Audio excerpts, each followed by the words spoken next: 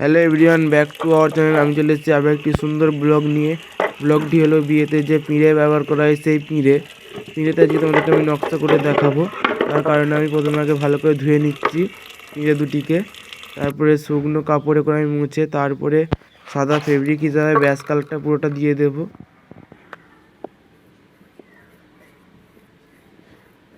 সাদা কালারটা পুরোটা দেওয়া হয়ে গেলে তারপরে প্রথমে রোদে শুকিয়ে নিতে হবে সাদা কালারটিকে। চলো চুটকি মেরে সাদা করে নিয়ে যাক।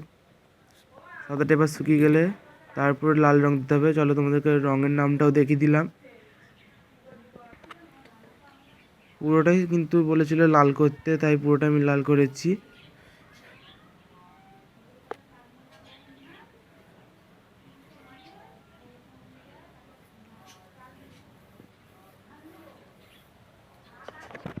চলো এবার চুটকি মেরে দুটোই লাল করে দেওয়া যাক। দেখো দুটোই লাল হয়ে গেছে কিন্তু। চলো এবার নকশা করার পালা। নকশা করার জন্য প্রথমেই আমি একটি পাত্রতে জল ঢেলে নেব।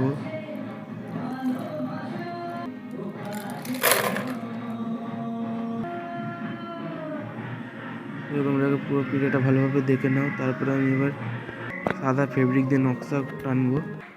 তার কারণে প্রথমে আগে আমি সাদা দিয়ে ধারগুলোতে দুটো দুটো করে লাইন টানবো, দুধারে দুটো করে,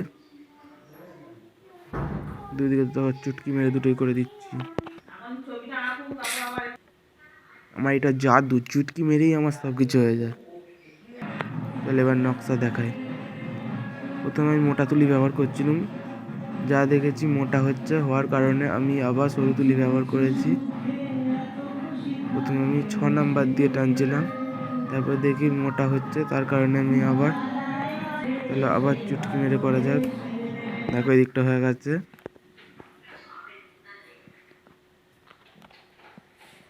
চলো আবার জাদু করেছি, আবার তাই দুদিকটাই হয়ে গেছে। আবার চুটকি মেরে দুটোই হয়ে যাবে। তার আগে আমি এখানে একটু নকশাটা দেখিয়ে দিলাম। এই নকশাটা আলাদা, ওই নকশাটা আলাদা, তাই আমি এটা একটু দেখিয়ে দিলাম আগে জাদু করার আগে।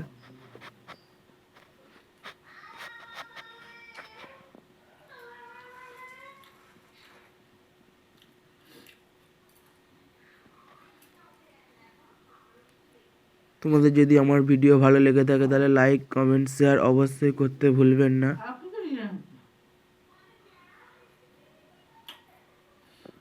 চলো এবার দুটোই হয়ে গেছে। দেখো এটার এখনো মাঝখানগুলোই করতে বাকি আছে। মাঝখানের নকশাটা তোমরা দেখে নাও, একটুখানি ভিডিও ক্লিপ নিয়ে রেখেছিলাম।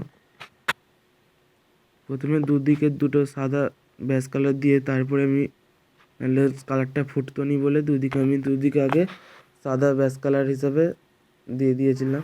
তাহলে এবার ফাইনাল লুকগুলো দেখে নাও। একটাতে করেছিলাম গাঁট ছেঁড়া আর একটাতে করেছিলাম গাছ কৌটো।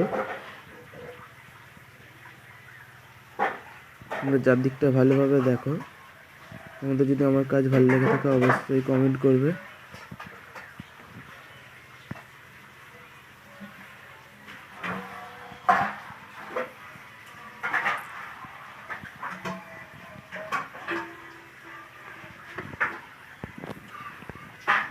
এটা আমার করতে মোট 3 ঘন্টা সময় লেগেছে। তোমাদের যদি আমার ভিডিও ভালো লেগে থাকে তাহলে অবশ্যই লাইক করবেন। চলো ব্লগটা এতটাই ছিল আজকের মতন, বাই।